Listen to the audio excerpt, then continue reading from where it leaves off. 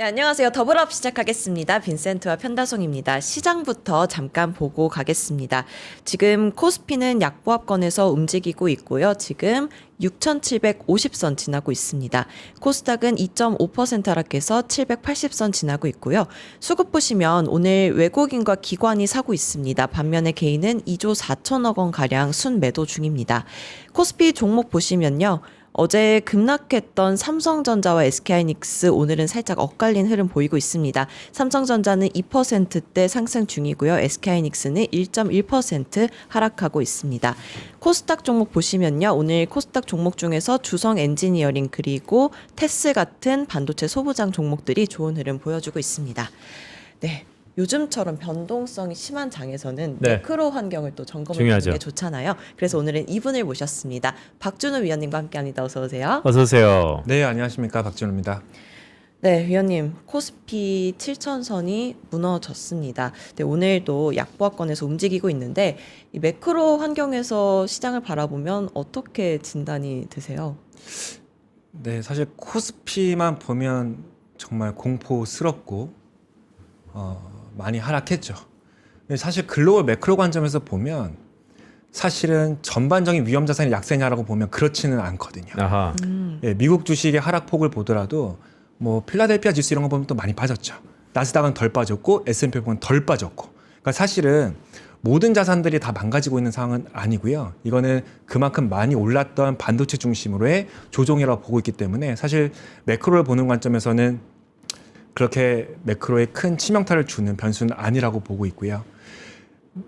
같은 맥락에서 사실 이게 정말 반도체가 망가지고 관련 사이클이 다 망가진다라고 하면 사실 경제가 침체에 빠질 리스크가 커져야 되는 거지 않습니까? 근데 사실 지금 금리는 다 고공행진하고 있거든요. 그 말은 사실 기저에 깔려있는 경제 펀더멘털은 사실 저는 굉장히 좋다라고 보고 있습니다. 아, 그러니까요. 이게 우리처럼 이제 데이터를 보는 사람은 이란 전쟁 전과 후를 봤을 때 유가는 어저께 반등했지만 거의 제자리 도락으로 회귀했고, 근데 금리가 다 높아요. 근데 장기 금리가 높단 말이죠. 그 이면에는 펀더멘털리 유동성도 프리미엄도 있겠지만 경제가 괜찮다. 근데 일반 분들은 경제가 뭐가 괜찮냐, 지금 체감 물가들 다 죽겠는데 이게 데이터를 보는 우리의 입장과 체감 경기가 좀 다르다. 이거에 대해서는 어떻게 봐야 될까요? 근데 이제 체감이 주가 좋을 때는 경기가 좀 좋다고 느끼지 않나요? 그렇기 때문에 사실 연초 이후로는 주가도 많이 올랐기 때문에 자산 가격으로 보더라도 경기가 나쁠 게 없고, 사실 소비단이 아니라 기업들 입장에서는 더 나쁠 게 없습니다. 그래서 제가 좀 자료를 조금 가져왔는데 네. 이걸 하나 보여드리겠습니다. 네. 요 그림은 미국 기업들의 캐펙스 계획을 나타내는 겁니다. 그러니까 기업들을 대상으로 서베이를 하는 거죠. 앞으로 투자 계획을 늘리나요, 줄이나요 물어봤더니 2016년도 지나고 나서 보면 사실은 기업들의 투자 심리가 꺾이지를 않고 있는 겁니다. 근데 이게 저희가 언제와 비교를 하고 줬냐면 2015년도에 관세 충격하고 비교하면 되게 좋아요. 그 당시에는 뭐 주가도 분명히 안 좋았지만 경제에도 실질적인 타격을 줬던 시기였었거든요. 왜냐하면 생각을 해보면 기업들이 미국에다 공장을 지어야 되는지 한국에다 공장을 지어도 되는지 그 판단을 전혀 할 수 없었기 때문에 투자 심리가 완전히 꺾이고, 이게 결국에는 고용 부진 이런 것들 다 연결이 되는 거거든요. 근데 지금 미국 기업들은 한국도 마찬가지예요. 주가가 꺾였다고 혹은 유가가 상승했다고 투자를 줄이느냐? 그렇지가 않다라는 거죠. 그런 상황이 아니라는 거죠? 아닌 거죠. 그 이유는 첫 번째는 이제 AI나 반도체 산업은 사실 유가 상승이나 단기적인 주가 부침에도 불구하고 구조적인 믿음이 있기 때문에 기업들이 흔히 말하는 애니멀 스피릿이죠. 그러니까 네. 전망에 기반해서, 그러니까 이 산업은 성장할 것이라는 기대 때문에 투자를 계속 늘리고 있는 상황이기 때문에 네. 지정적 리스크가 터지든 유가가 오르든 투자 사이클이 꺾이지 않는 게 하나가 있는 거고요. 두 번째는 이번 이란 사태 이후로 어떻게 보면 지정적 리스크에 대한 의식이 커졌기 때문에 그게 국방이 됐건 에너지 기업이 됐건 아니면 안보가 중요한 산업에서는 사실은 투자를 계속 해야 되는 상황인 거예요. 사실 이런 것들이 다 시차를 두고 경제를 좋게 만드는 요인들이거든요. 그게 이제 과거의 어떤 불확실성이나 충격하고는 굉장히 다른 환경이다, 이렇게 좀 보고 있습니다. 네, 말씀하신 사이에 SK하이닉스가 양전을 아, 했습니다. 네, 그래서 SK하이닉스 관련 질문을 좀 드리려고 네. 하는데 지난주에 나스닥 상장을 성공적으로 했잖아요. 네. 근데 통화스와프급 달러 공급을 하게 된다고 해요. 네, 근데 이게 네. 만약에 국내 투자로 들어오면 대규모 달러가 원화로 바뀌게 되는 거잖아요. 네, 그럼 맞습니다. 우리 시장에 굉장히 좋은 거 아닌가요? 표면적으로는 원화의 강세 요인이 분명히 맞긴 합니다. 그런데 여기 좀 시차를 봐야 되는 게 아마 오늘이 ADR 그 납입금이 들어오는 날일 거예요. 오늘이죠. 예, 근데 이제 환율은 사실 그 전부터 지금 많이 떨어졌습니다. 지금 1,500원 정도까지 떨어왔으니까요. 네. 그 이유를 살펴보면 여러 가지가 있겠지만 첫 번째는 SK 하이닉스 입장에서 보면은 이 환율을 그냥 환 노출시키기가 굉장히 무섭거든요. 환율이 계속 변하고 있으니까. 그렇기 때문에 이걸 고정시키기 위해서는 해지를 하게 되거든요. 그렇기 때문에 실질적으로는 외환시장에는 이미 다 영향을 미치고 있었을 가능성이 첫 번째가 있고요. 그런데 이게 과연 우리나라에 언제 원화로 다 환전이 될 거냐라고 하는 부분을 보면 사실 이 자금을 뭐 EUV 장비를 사기도 하고 팹 공장을 짓기도 하고 하기 때문에 빠르면 내년, 길면은 향후 2030년까지 쓰는 자금의 용도인 거예요. 용도가. 그렇기 때문에 이게 곧장 우리나라 실물 경제로 돈이 꽂히는 구조는 아니고요. 네. 그렇기 때문에 이게 단기간에 확 나타난다라고 보기엔 좀 어렵다라고 보는 게 맞을 것 같습니다. 그러니까 이제 서서히 작용될 것이다. 맞습니다. 어쨌든 근데 지금의 환율 시장의 가장 큰 수수께끼 중에 하나는 경상수지 외환 보유에 이렇게 역대 최고인데 환율 왜 이렇게 원화가 약해? 이 부분은 기업들의 달러 매도에 대한 부재였는데 그런 것에 하나의 트리거가 될 수 있다라는 말씀이시잖아요. 맞습니다. 어떻게 될까요, 환율? 아 맞아. 금통위부터 여쭤볼까요? 금리는 이번 주 오르는 거죠? 이번 주는 인상이 거의 기정사실화되어 있고요. 시장은 이제 7월에 인상을 하고 8월에 또 인상을 하느냐. 그래도 시차를 조금 두고 10월에 인상할 거냐. 이걸로 지금 양분이었다고 보시면 될 거고요. 어떻게 보세요? 케빈 씨는 그래도 주요국들이 금리를 인상하게끔 룸을 열어준 것 같긴 한데 우리는 연속해서 올릴 가능성이 있습니까? 네, 말씀 주신 게 정말 중요한 포인트인데요. 저는 여전히 7월, 10월을 보고 있긴 합니다. 그런데 인상의 지속성이나 폭 자체는 기존에 생각했던 것보다 더 클 가능성이 커졌다고 봐요. 그 가장 중요한 트리거 중에 하나가 여러 가지 우리나라 요인도 있지만 캐비너 씨가 중요하거든요. 네. 우리나라 기준금리를 결정하는 중요한 변수 3개를 꼽으라고 하면 그 중에 하나는 반드시 미국 기준금리가 들어갑니다. 그런데 한 2, 3개월 전만 해도 미국 인상에 대한 얘기는 잘 없었어요. 그렇기 때문에 우리나라도 미국이 동결을 하는 상황에서 기준금리를 얼마나 올릴 수 있을까 이런 우려들이 혹은 채권 시장 입장에서는 기대거든요.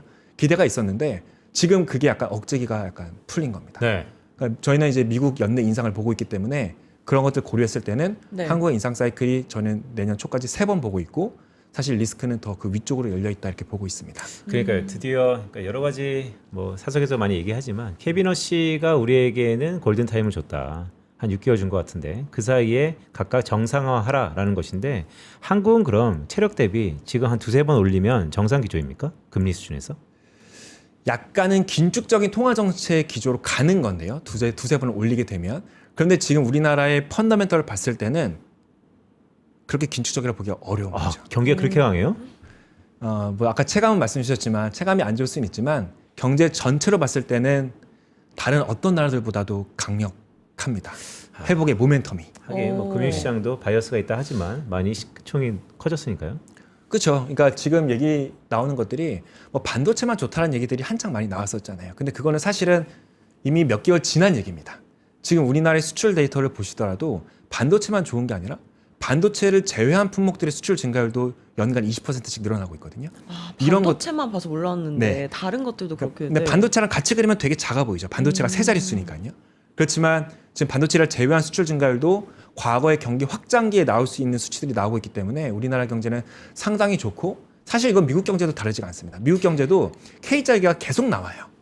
그렇지만 경제 전반으로 봤을 때는 전혀 나쁘지 않고 오히려 저는 회복할 가능성이 더 높다라고 보는 거예요. 그러니까 편다성 아나운서 그거 어떻게 생각해요? 그러니까 이코노미스트들이 맨날 얘기하는 건 장기금리는 유동성 프리미엄도 있지만 경기가 좋으니까 장기금리 올라간다는 측면도 있는데 최근에 이렇게 숫자는 좋은데 주식시장에 있다 보면 별로 체감적이지 않다 이런 생각도 많잖아요. 그 괴리가 어디서 나올까요? 괴리요. 네, 숫자는 좋은데 우리가 생각보다 체감적이지 않다. 저한테 너무 어려운 아, 질문 그래요? 해주시는 것 같아요. 알겠습니다. 그렇잖아요. 아니, 근데 네. 주가가 많이 올랐잖아요. 맞아요. 그러니까 많이 사실은 그렇죠.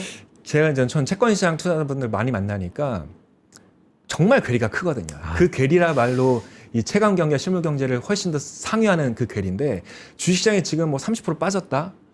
아, 근데 그 얘기를 채권 투자자한테 얘기하잖아요.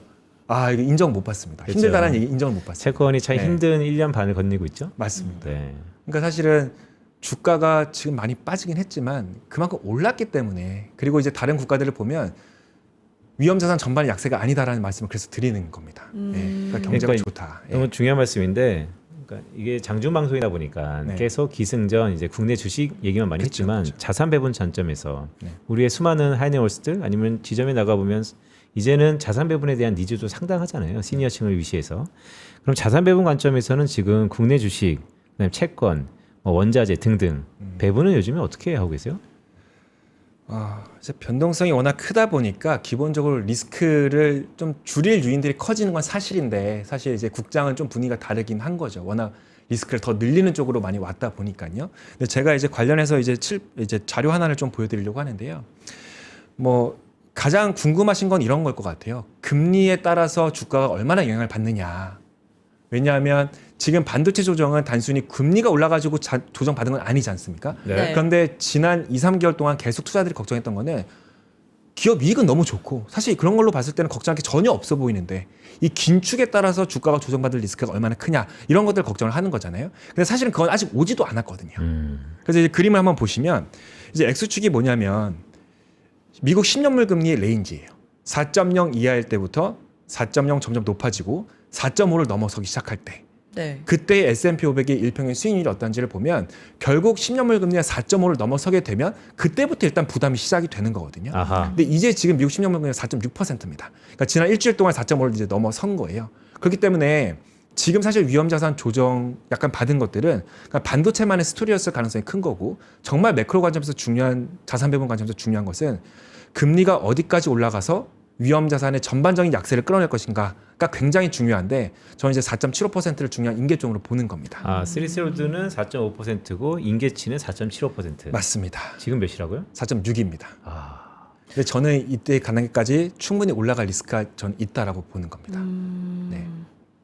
두려운데.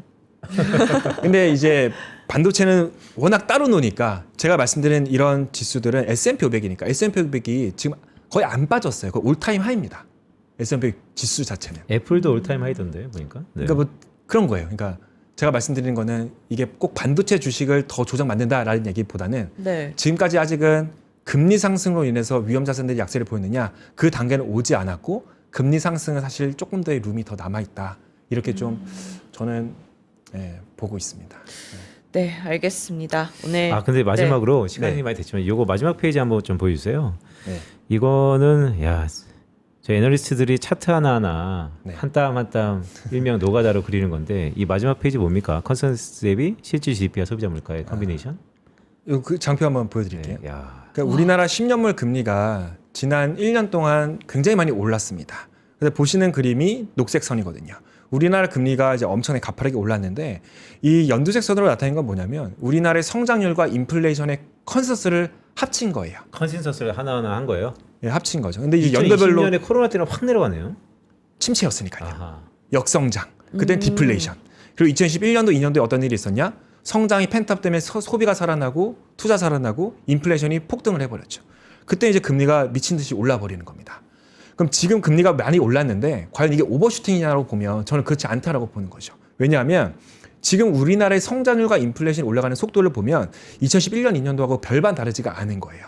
그 이유는 보통 유가 충격이 발생하게 되면 성장 전망은 떨어지고 인플레이션은 높아져가지고 네. 스태그플레이션 이야기가 많이 나오거든요. 근데 우리나라 경제는 어느 기관의 전망을 보더라도 성장 전망치는 다 올라가고 있습니다. 그러니까요. 그리고 인플레이션은 당연히 올라가고요. 그러니까 사실은 금리는 성장률하고 물가에 전부 다 양회 관계를 가지고 있거든요.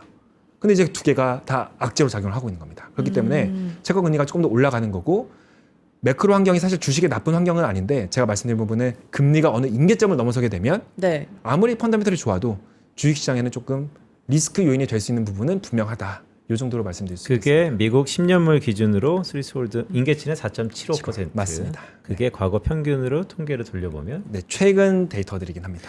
4.75. 제가 기억하겠습니다. 네. 알겠습니다. 오늘 박준우 위원님과 함께했습니다. 고맙습니다. 고맙습니다. 네, 감사합니다.